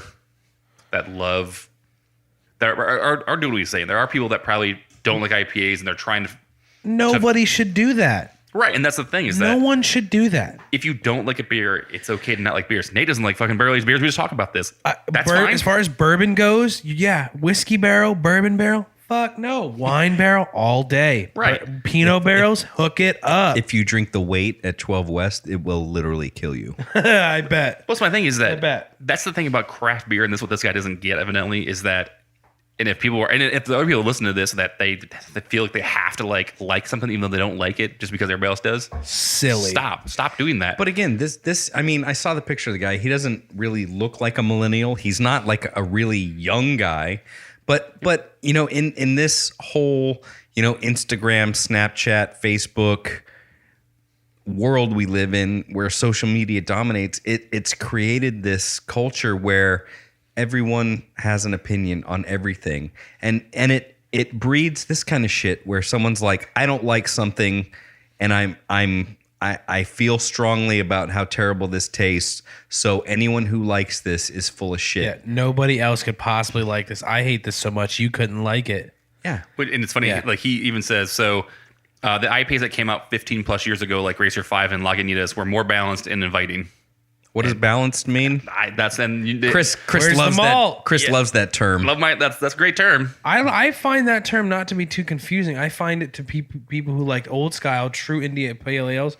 They were malty, man. They've changed. But if I much. say something's balanced, I explain why. And to me, balanced is a good beer where the malts, the whatever ABV you have, and your hops, every Totally. every part of every ingredient that you put in there doesn't outshine the other, or it's just like this cascade of there's What the malt, comes there's the next? hops, there's the booze, there's some adjuncts, and it's this experience. I'm a hop head. Yeah, I know I totally you guys agree. are hop heads, Yeah. and Chris has said And on I the love show to put them on the before, front stage, right? If you have never opened a fresh vacuum sealed bag of hops and shoved your face in it, Missing out. you're missing out. This is the kind of guy who would be like, that fucking stinks. That smells like shit. Not my kind of guy. But when I don't like when people use balanced and they don't qualify it. Right, and that's the thing is that you just say balanced for balance sake. That doesn't mean anything to me. I really enjoy this. It's well balanced. What the fuck does that mean? Yeah, what does it mean? What are Well, you getting I out mean- of it? So for Yeah. you, balance. So it's a very opinionated word to say, right? It's balanced to Agreed. you is different balance to me versus him versus everybody listening to the Always. show. That's the problem is that you can't say this is balanced. Because between Would malt have- forward and hot forward, your balance, anybody's opinion falls anywhere Right. in between that It's spectrum, a right? huge fucking spectrum, and so I don't like when people say that just because it's this very like, well, that didn't fucking help me at all when you told me what that was. So But again, we're all different. Like here we're talking about, it's like, yeah, I can taste vanilla on the finish of this. You guys are like, nope, not getting anything. I'm not like, fuck you guys, I'm never sharing my beer with you again. Yeah. We're all different. We're all different. And if you don't like IPAs, that's great, but don't use your fucking your internet mouthpiece to be like, this whole yeah. IPA thing is a sham. But to add to that, because you say that, and because we like IPAs, we love them, we look for it. Well, Right. We'll take another sip. It's warming. You know what I mean? My beer is warming now. Take another sip. I'm going to look for it some more. I'm going to find that vanilla bean somewhere in that glass. I'm going to find it. But if not, I'm going to enjoy it anyway. well, one of the things I like about IPAs is that it is a very, very broad spectrum of beers. I can't. It's I can't. huge. I can't stand that style of beer, and that's why I've dropped like probably thousands of dollars in ingredients to make them. And that's a great point. I was just gonna say it's like honestly, if you're spending money on IPAs, if you're buying cans and you're standing in these releases, and it's because you don't and you don't actually like IPAs, stop. Totally stop that. Stop. I mean, honestly, you need to quit it. But I'm not 'Cause even talking about that. I'm talking like but- like guys like us who we take it the extra level, and you spend a bunch of money yeah buying ingredients hops to remake a beer, hops aren't really cheap. hoppy beer.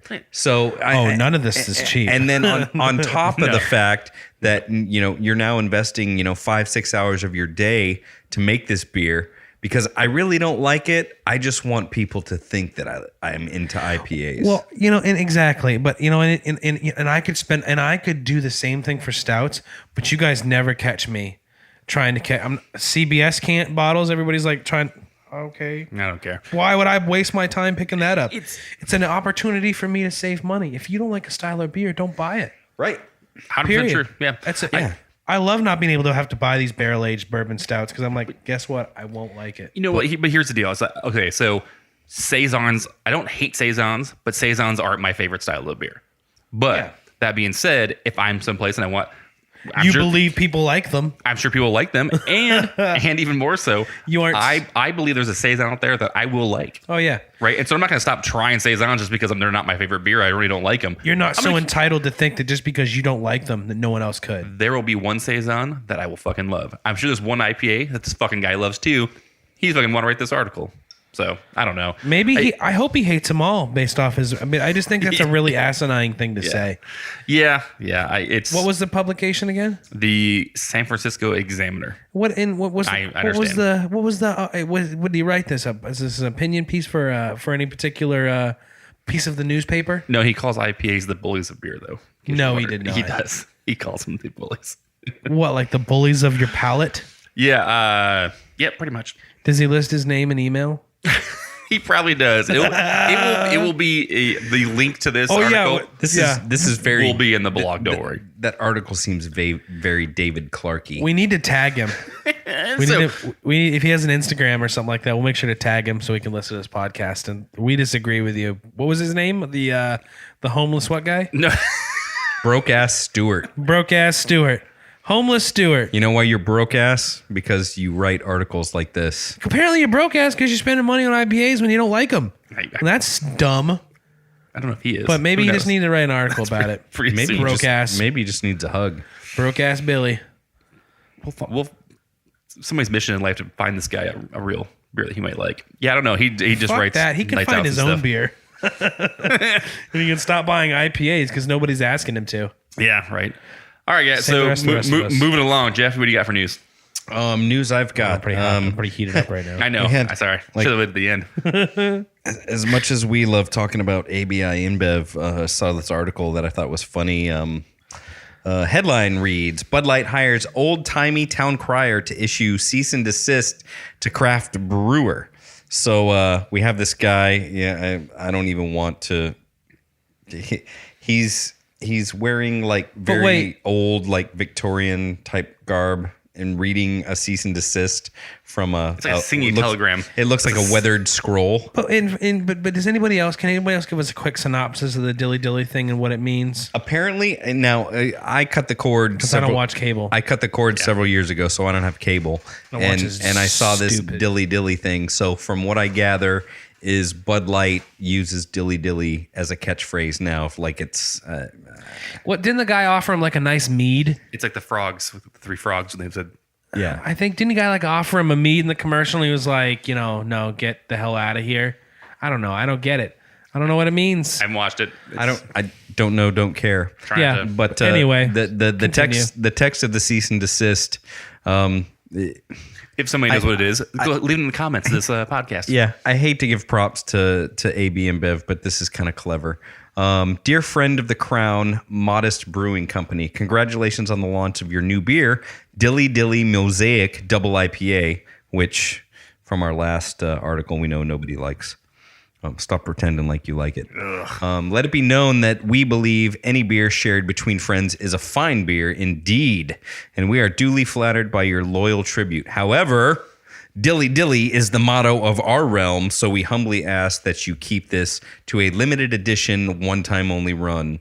This is by order of the king.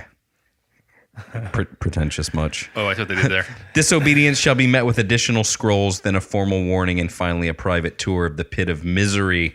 Please send a raven, letter, or an electronic mail to us to let you know that you agree to this request. Also, we will be in your fair citadel of Minneapolis for the Super Bowl, and would love to offer 2 thrones to said game for 2 of your finest employees to watch the festivities and enjoy a few Bud Lights on us. Damn. I don't know. That's kind of cool. It's kind of cool, but it's still Those kinda, aren't cheap seats. It's still kind of dickish. Well, It's like, I hey, don't we'll know. let you go to the Super Bowl to enjoy our silly, unflavored piss water. I'd crack a Bud Light if they send me the Super Bowl.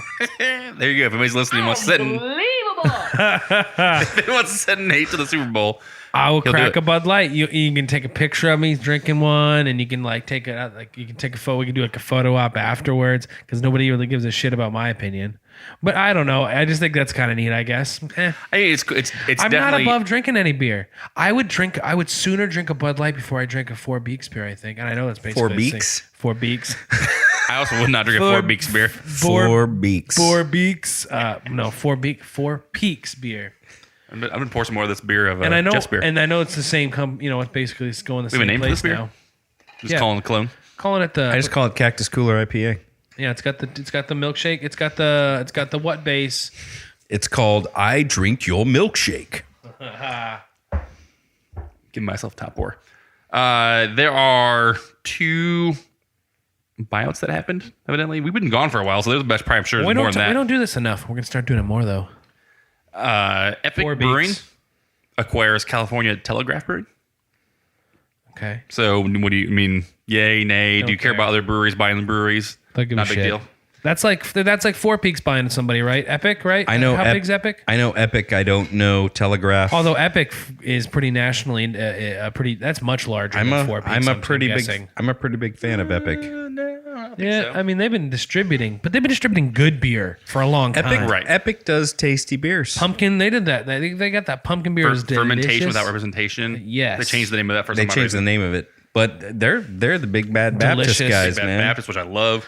Yeah. So and then I haven't had a whole lot of Telegraph beers. So I'm not quite sure, whatever. But cool, good for them, man. Yeah, I don't really have a problem with that. I don't see how that could be a bad thing. I mean, craft beer, buy another craft beer. It's gonna happen, right? It should happen. Yeah, how is Telegraph doing? You know what I mean? I don't know how you know what I mean? Well, that's what I'm saying. So I don't know the state of the current brewery. Were they going down? Is it good for Epic? Are they taking over and wiping out Telegraph? What are the? I know you may not have the deeds, but that's what I would need to really say. This is effed up. So, well, all right. So if Epic just bought Telegraph and it was basically just a cash flow for them, give me some information, Chris. Why don't you read the fucking article? And then we didn't do this super organized today, Chris. No, but I mean, so if they were just a cash flow, right, or they became a business partner with them, like they're like basically partners, wouldn't be that big of a deal. If Epic actually bought out Telegraph like 100% and changed their name and just took their beers, that'd be a big problem. If they took their beers, I think if they take over a Telegraph, if they're doing that to take over their equipment, I have zero issues with it. Breweries die every day. Yeah. And they should, and some should. There's reason breweries don't succeed. It's either a location or a beer problem or a person or whatever. Right. Management, there's an issue. There's an outlying problem, right? Right. I mean, if there's an issue, they're not doing well. Telegraph sucks, and they had a really kick-ass tap room, and Epic wanted to take that and get involved in that area. I don't have a problem with that. I have a more problem of it if they were trying to prop up Telegraph and just use that label and almost I'd rather they just wipe them right out. Okay. Yeah. I don't know. Honestly, it all depends. Like I said, it all depends on why they did it. All right. So it says this Epic invested in them. Telegraph will not only continue to brewing its well-restricted beer, but they will begin expanding brewery. Oh, okay. As well. So they bought them because they're already successful and probably needed some cash flow. Right. Also decent. I don't care. The immediate plans are to increase the production capacity and offer new packaging options, including several new 12-ounce cans. Because right now, Telegraph, for the most part, is in bottles. Okay, so Telegraph has good beer, and Epic's going to help them move it. Yep, and then Epic's going to move 7 of their fooders to Telegraph's space as well. So that's going to be win-win. They're going to help. Epic's going to absorb Telegraph. They're going to keep the name on it. They're going to help them make their great beer and help them with all their awesome resources. I don't really have an issue with it. Well, I don't think Telegraph's going away at all. I think Telegraph's going to stay there. There's going to be their own thing. Yeah, exactly. It's just more of a partnership again. So that's how you buy out a brewery, right? I totally agree, 100%. But also at the same time, where does it stop? What if they just bought? What if Epic? What if that leads to more success and they buy the next brewery and they buy the next one? One's not doing good, so they just wipe that one out and put that as an Epic tap room. And when does Epic become Anheuser-Busch? Well, I just think it's funny. I think because it is kind of hypocritical. I think any AB InBev representative sitting in this room would be like, "Ha!" If we said, "No biggie," right? Because they'd be like, "Look how much money Epic did last year." I know it's pennies probably compared to what AB InBev did, but it's still. But it's a principle. If it's the principle of the thing, that should be a problem for us craft beer drinkers. You know what we haven't seen in all of this buyout drama? We haven't seen a brewery that got bought out that didn't want to be. Yeah, absolutely. They don't. If you don't want to be bought out, that's a pretty simple process right there. But I would. I lost my point there. But yeah, it's I get it. I understand that. When do you know? Is Telegraph independent? That was what I was going to say. Is Telegraph independent brewing?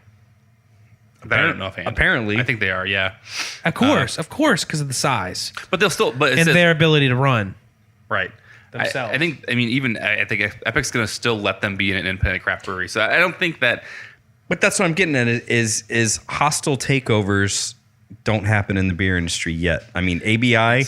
As much as it pisses us off when it happens, well, somebody said yes. No one has been yeah, we didn't want to get bought out by ABI, but they bought out all our shares. There's nothing we can do. Their offers to owners, and the owners are like, $500 million. Where do I sign? Yeah, because you only got one spin, and it's like, why not, right? That kind of cash. But you're looking at it, you know, what if one of these breweries just stops selling their beer? What if they just stop selling their beer? What is AB InBev, or what is if Epic buys another one? What if their beer just turns to shit? What do they do with their product? Does it get absorbed and become you know what I mean? How does that, what happen? It'll be real interesting because we're into really young, we're into our very, you know, early stages of all these buyouts of craft beer. And it'll be interesting to see what happens when some just don't do well after the buyout. Right. What's going to happen with those? It'll be real, you know, close up shop, keep brewing the beer off site, keep pumping it out to, you know, to different places. That'll be interesting. Right. And that'll really piss people off. I'm sure it's funny. I'm sure the hundreds and hundreds of years of history in Belgium and UK and stuff are just laughing at us right now. Us in our small, you know, experiment we have going on right now with craft beer. So whatever. I mean, I'm sure there's gonna be, you know, the only thing I say to me is that, like, and I think you said before, Nate. The problem I have with all Anheuser-Busch's acquisitions is just their business practices, right? Yeah. The way they do their business, I'm not a big fan of. And so I think that if you have a like-minded person that you want to partner up with and that will actually funnel money to you and help you make your business better too, that's actually better to me, for at least in, you know, the aspect of things. So I agree. Whatever. I love to play the devil's advocate, I guess, of it, and I also just think that it's real interesting. I would love to talk to an ABA representative. It's so interesting. I know, right? So the other one is Avery Brewing actually sells minority stake to a Spanish beer conglomerate. Conglomerate, which is actually the same one that Founders actually sold to as well. Really? Yep. So now this it's Mahu San Miguel. So Avery did. Avery, yeah. So Founders and Avery both actually I don't sold drink a lot of Avery beer. You know, it's one of those. They make good sours lately, though, man. I drink local as hell, man. So you know, a lot of these acquisitions zero affect me. Avery lost me when they discontinued Mephistopheles. Yeah. It's like, They why? did the Dictator series, right? Yeah. That's fucking awesome. The Dictator series was really, really good. The Maharaja or whatever. Yeah. I mean, there were that was some really good ones. I got that Tangerine Express was really hammered good. on some Dictator series. Yeah, so good. Yeah, so I mean, I guess that's sad to me because I guess it's like, yeah, I didn't buy their beer before and I probably won't now. But, you know, I don't have anything against Founders. No. Like, if there's a Founders beer I want to try, I'll try it. It's just a weird, you know, it is weird that I guess once you mention Anheuser-Busch in a thing, to me instantly becomes a little bit more fuck them, right? Or it'll be compared to, we go Constellation Brand or we go for these guys. I'm like, that's cool, good for them, whatever. And if I see their beers, I'll probably buy some. But I'm not searching them out, right? I'm not gonna. If I'm at a shelf and I see Rent House, I see even Santan beers, I will buy those before I'll buy some of these other beers. Maybe. I totally agree. I guess it would be the nail in the coffin for some breweries. Yeah, you know what I mean. I was like, you sold 30%. I didn't drink your beer before, and I'm definitely not now. Right. You know what I mean? It would definitely be the nail in the coffin for some. But no, is the nail in the coffin for Founders? Hell no. Yeah. Get that beer out here. Right. I'm so tired of elitists trying to find CBS and KBS and all that stuff. And I love that you can find cases of half of that stuff in bottle rooms all over the place. Because that was so annoying. And I'll say this. As a non-stout drinker who didn't even want to buy it.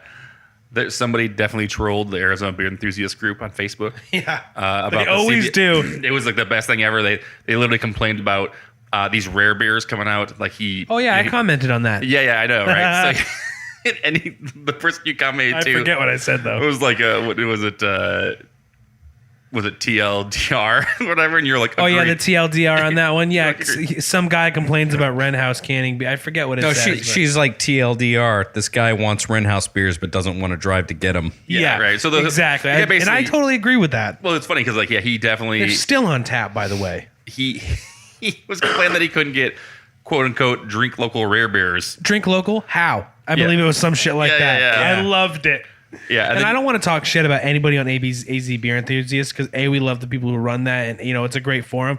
But come on, if you're gonna make a post like that and you're gonna let everybody, Oh, no. he posted it so everybody could join in on the forum. So yeah. why not? But so many people said it in so many awesome ways. It's like, get your ass off the couch and just go fucking get it. But the best part was if you read later on, he literally goes, and this is how I make friends. I'm a sick fuck.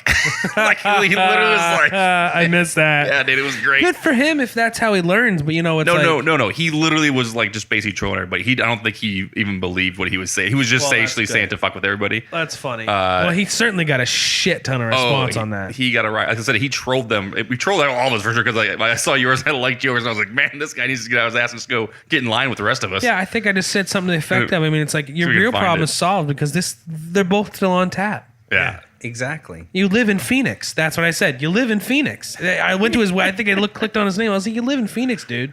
Yeah, it was. I wish I lived that close to Ren, and I still get everything. It was just really good because I was like, man, people are getting fucking up in arms about this shit, and he later on was just like, yeah. He still also posted like, I'll just get CBS. That's what I'm saying. Like he kept feeding It's like, people. cool, dude.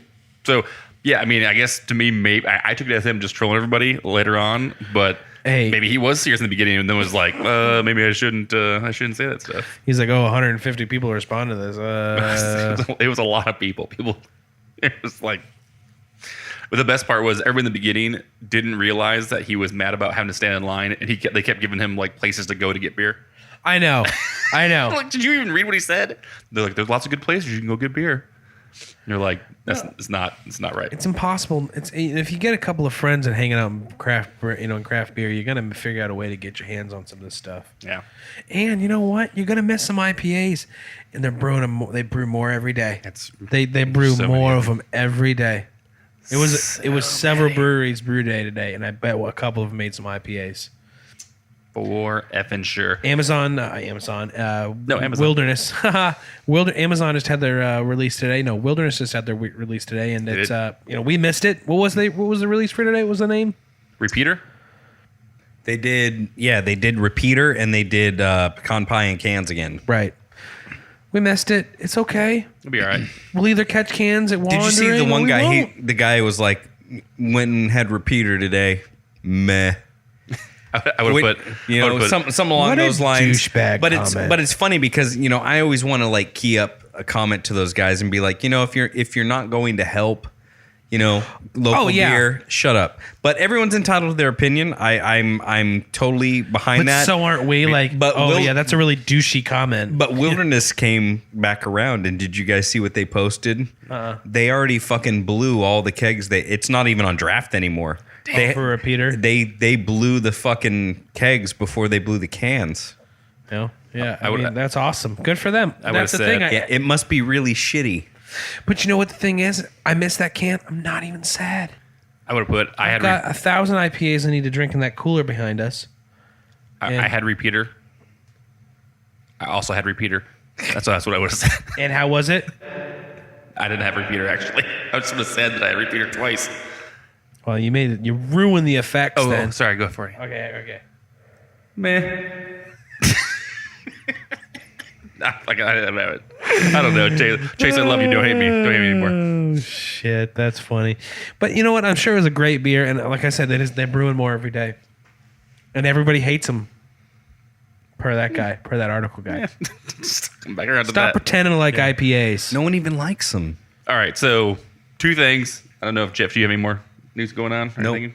One thing I want to talk about is I was listening to one of the latest episodes of the San Diego Beer Talk, and at this point it's a little older episode, but it was actually just them sitting down talking to themselves, which is really weird to hear because normally they're just interviewing tons of people all the time.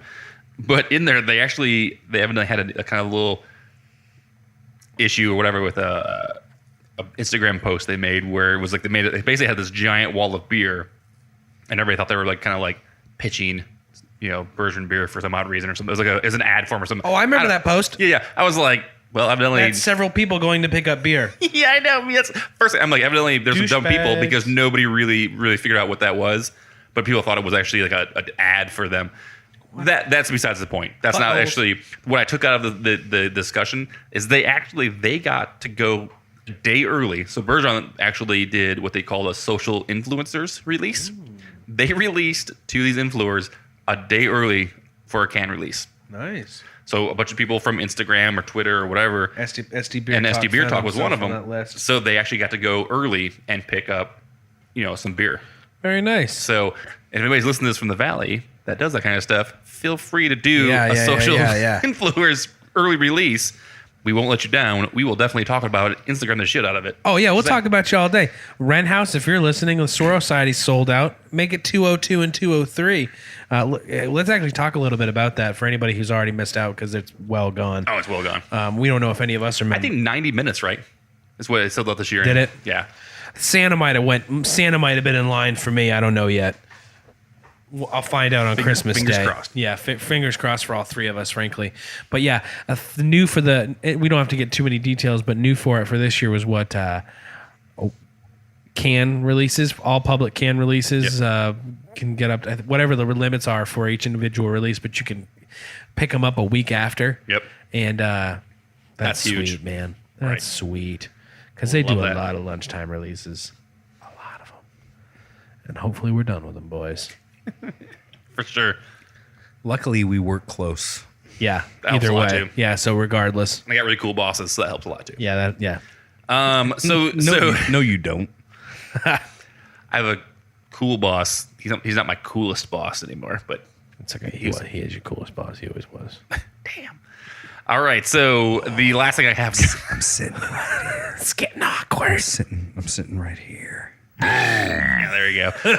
So the last thing that I want to talk about is your standout beer of the past. I mean, at this point, we've been here for a while. What's your standout beer that you had in the last segment.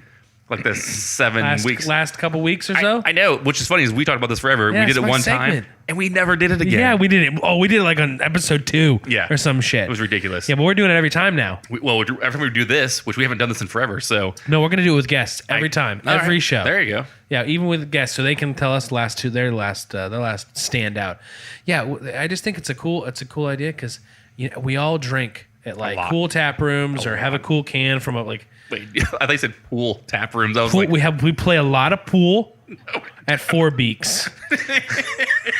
4 Beaks Brewing. 4 beats. someone's gonna yelp that and then go there, and we'll never be there. But no, I mean we just drink a lot of beer, a lot of places. Oh man, what's my honorable mention for last couple weeks or last whatever? Is it honorable mention or standout of the week? Standout, honorable mention, all in the same one. Ooh, this was good. All right. This is what I'd like to talk about. Yeah. So yeah, that thing. Ooh, I guess I should have thought about it a little bit ahead of time. So let's narrow it down to the last week then, or last. Yeah, let's last. Honestly, the last week. Anybody else have any? Or are we just looking at me to go first? No. What, Jeff, do you got one? Jeff, you offhand? got one? Remember? Well, I had one, but it's lost it. It's changed.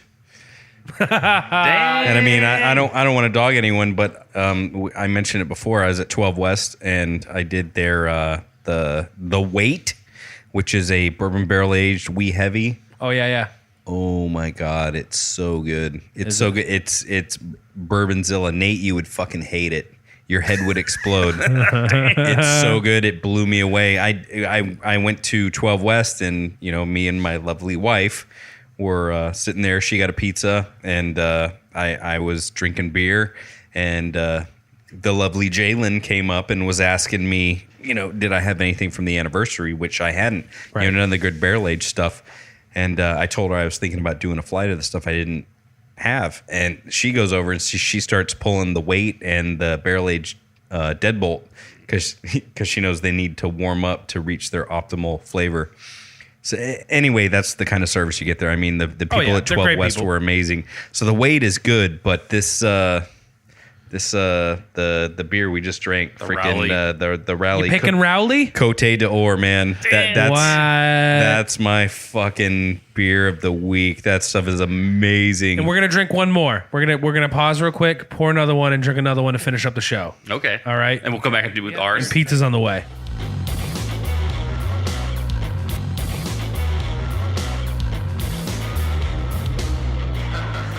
All right, guys, we're back. We're going to finish off this episode with one more bottle of John Rowley, some John Rowley Farmhouse Ales. John Rowley sent this to us. It's called If You Must. I'm looking forward to this. It's got all kinds of awesome information on the side. The pH, the IBU is 6. It's a mixed culture, and it's batch 17/001. And it's got the tri-table acidity on here. So, if you need that kind of info. I'm pretty excited about it.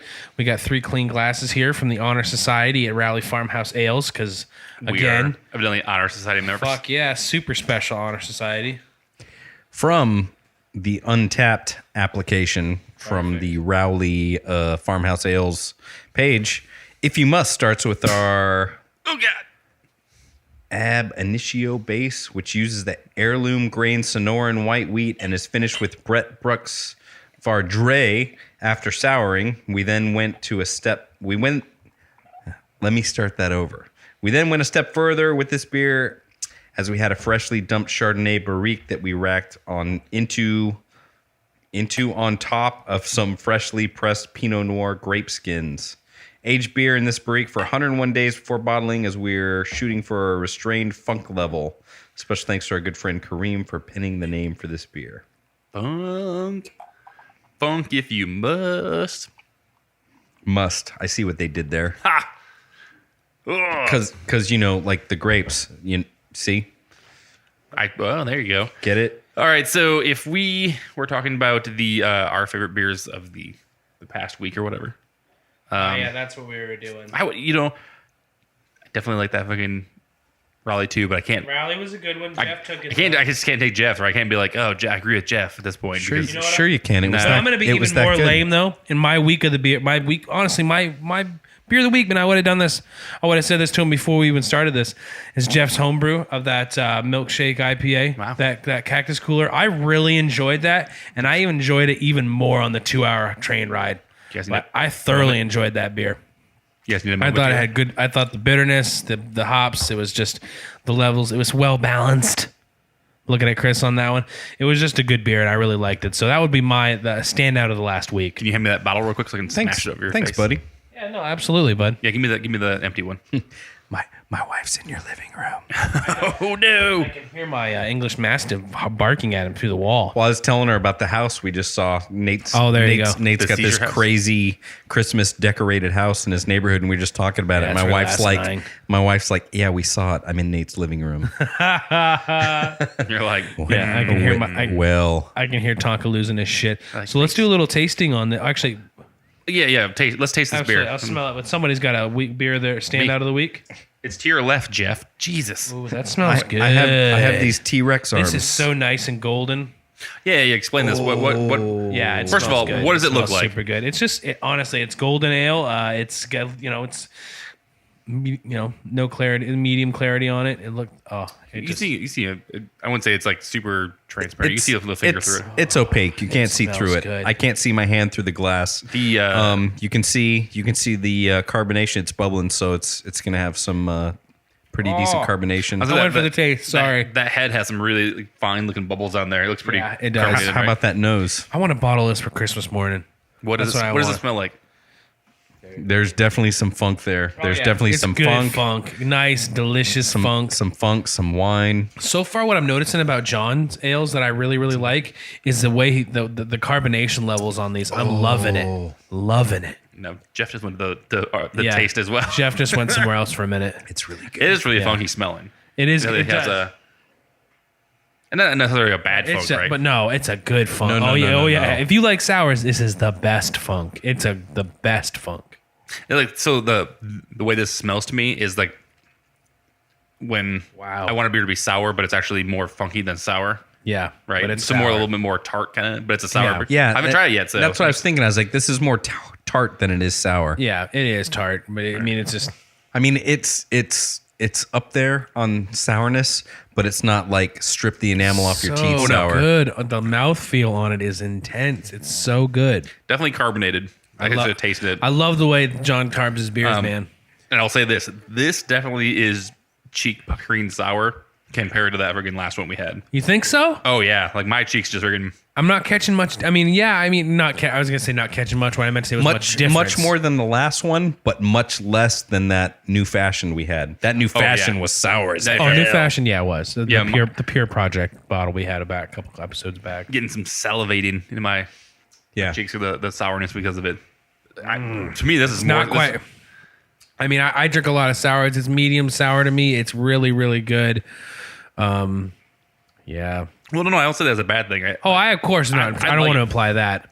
I like the sour, and I like that actually. This way, what the way this does to me in my mouth, Right. In my mouth. in my mouth, is what I want from a sour. I want it to be like this. I want it to be just enough so that way. Oh yeah, this it makes isn't me- a problem. It makes me salivate a little bit in my mouth. Yeah. Oh, totally. Which is crazy. That's really good though. Wow. That's good. You can taste it in your mouth. Yeah.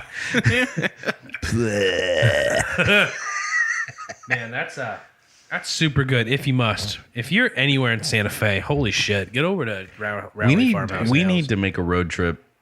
We need to road trip to Honestly, as to soon as New my Mexico. wife gives birth to our second kid, we're going to Santa Fe. That's going down because you know why? You know who I know will treat us amazing? John Rowley. John Rowley. Because he's the shit.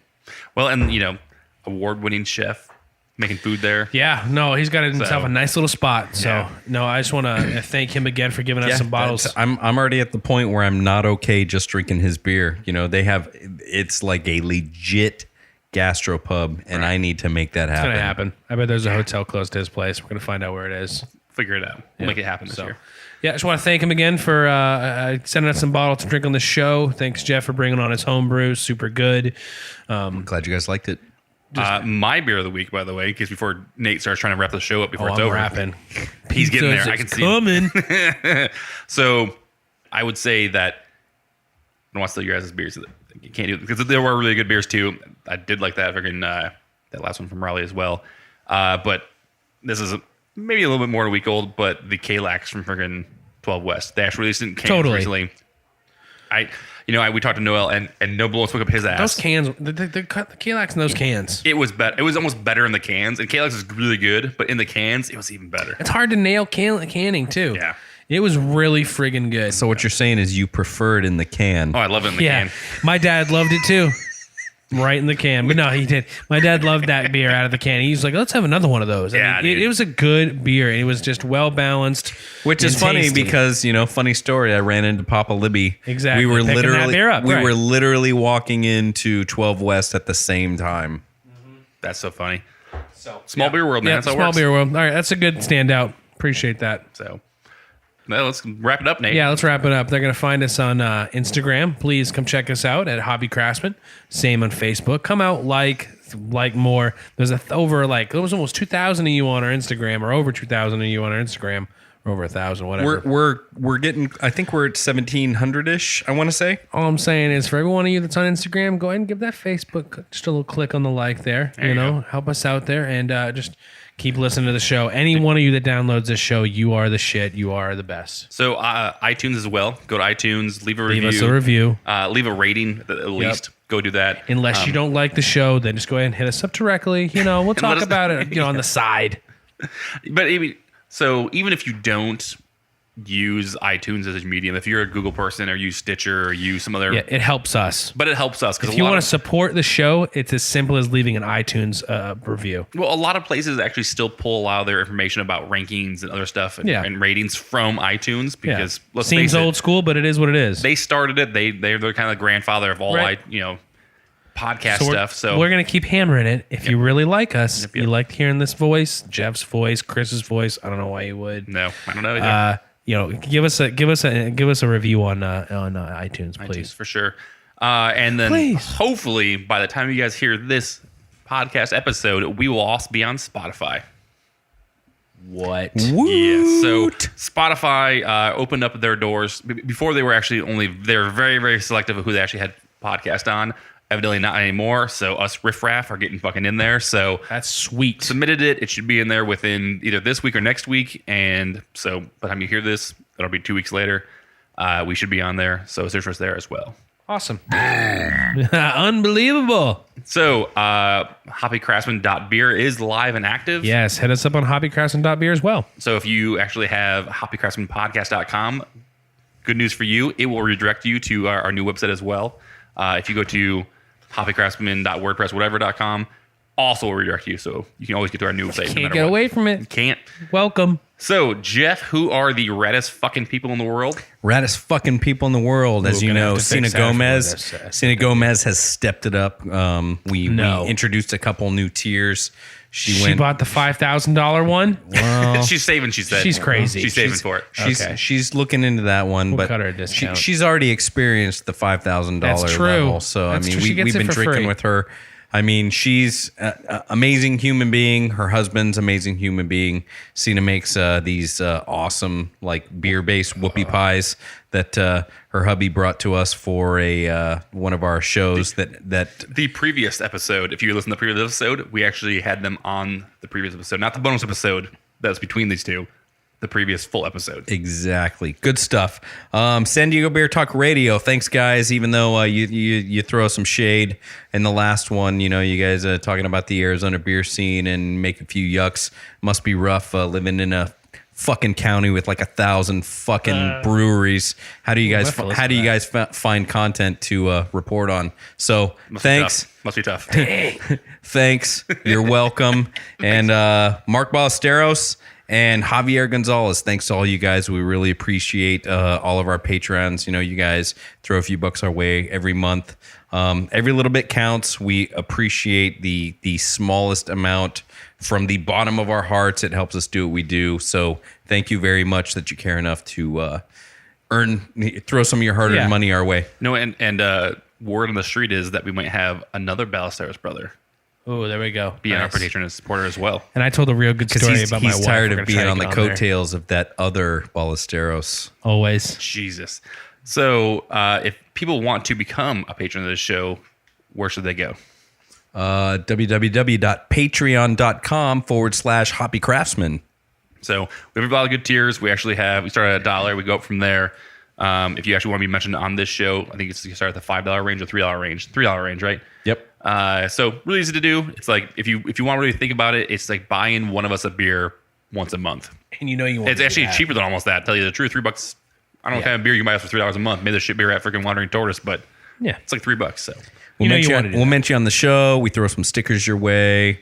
You get access to exclusive content, behind the scenes, Fun stuff. more goofy stuff. Like we're even more goofy than what you're listening to right now. all right, guys. Thanks for listening. And as always, I'm Chris. I'm Nate. I'm Jeff. Later.